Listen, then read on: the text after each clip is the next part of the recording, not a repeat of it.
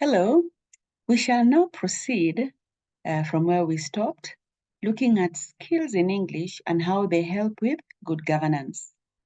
And the skill we're going to consider right now is reading.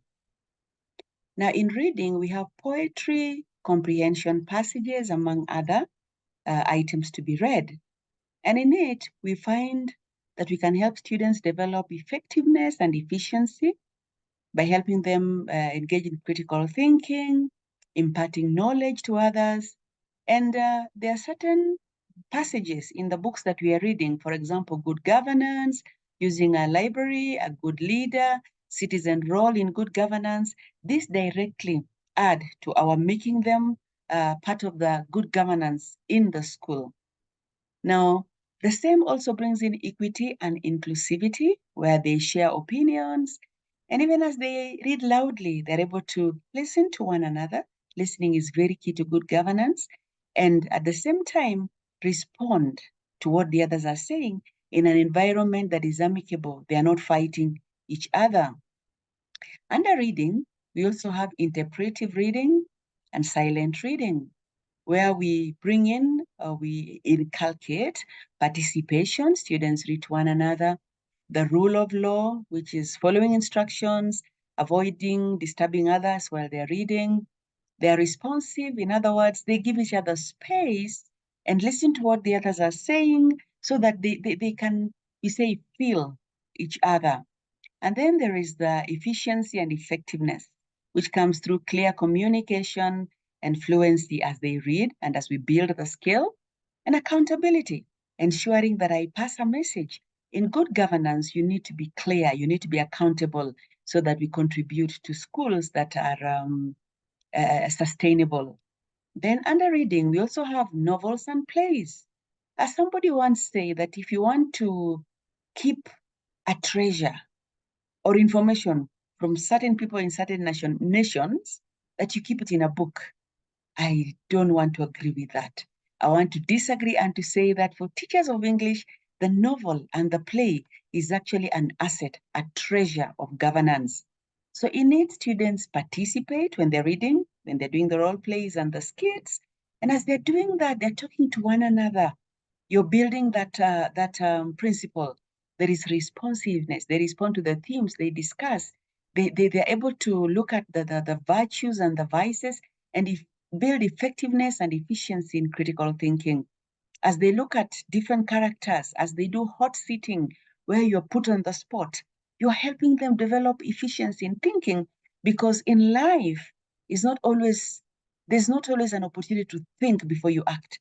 A school is burning, something is happening in the classroom. They need to act on the spot. So you're building these skills.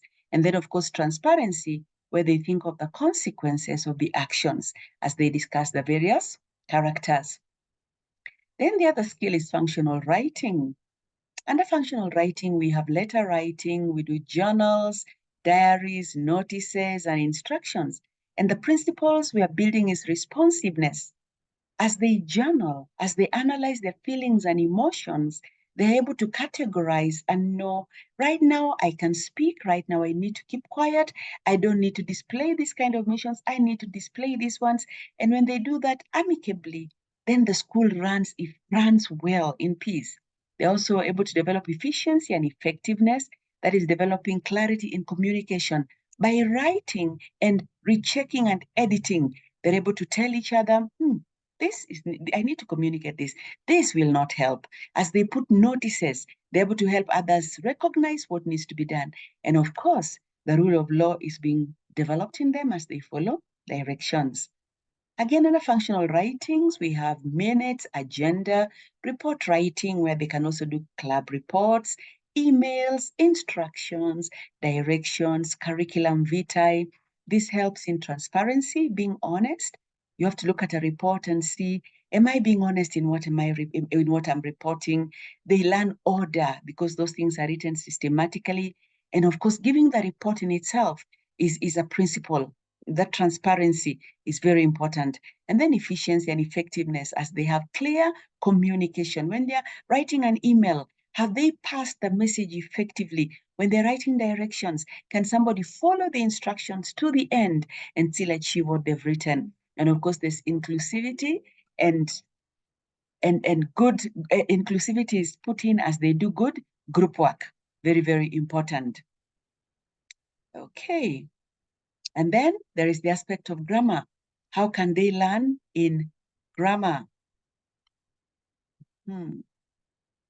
Now, in grammar, we have the adjectives, the verbs, the prepositions, the nouns, and all that. How can we use that for good governance? Now, the 9 parts of speech.